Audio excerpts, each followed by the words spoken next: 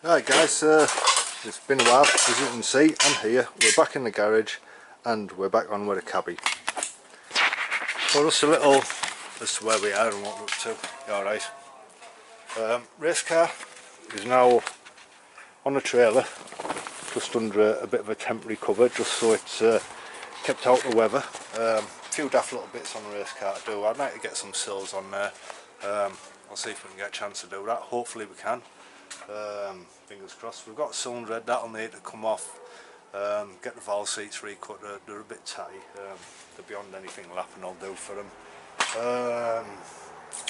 Little bit of work on the needle, and that's about it really. Maybe tidy the bodywork up if we get a chance. But we're shelving that till next year so we can get back into the cabbie. So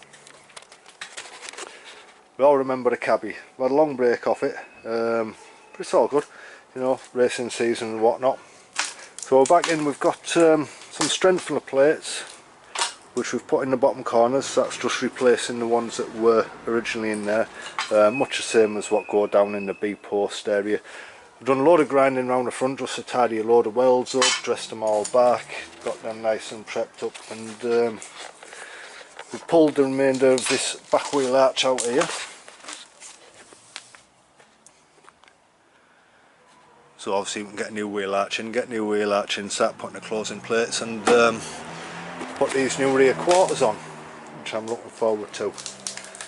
Also a bit of drilling in the toe board. This is one of them things that the floors and the toe boards don't come with. Side we on, here we are. These little screws here, captive screws. It's just what hold the plate for the fuel injection lines, just like a protection plate for the fuel injection lines. And it also has them running along the floor, so got a measuring drill and put them in when we work out what thread size they are. We'll just screw them in from this side, grind the heads off and then weld them into place. I am, unbelievably or not, still waiting for the steels that go from front to rear. We'll be putting a rocket up someone's butt this week and getting them chased up, because they're just holding us up no end. Once we get them in, get all this steel work out, you know, these last bits of panel work, absolute breeze. And then we're just on last dressing up and last tidy bits before we can get it in a proper primer, which I'd like to get done this year. Well, this time should I say, before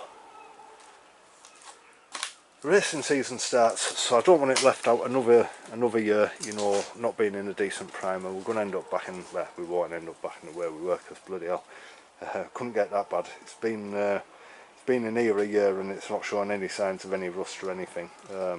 All we've got's a load of dirt, plenty of dirty rusty grimy stuff, just all grindings. Anyway, there's the old boot's rotten out. Tried to fit it up with hinges, hinge holes just rotted through, which is great news. So obviously, as discussed before, we need a new boot and a bonnet, but later in the game. What we need now, them steels in. Once we get these steels in, I say it's the main of it done. These rear quarters, obviously most of this is spot welding, and it don't take long really to put these in. Rear arches, valance, a couple of closing panels, and shells are good one really. So hopefully we'll get these parts hopefully this week, so I can get them put on the car. Once they're on the car, it's more or less you know, it's we're on the home straight with the shell. Get the shell and the primer, get wrapped up, and then get back on the race car for next year. Well, fingers crossed that's all. If you want to see it next week, I'll see you all later. Catch you in the next one.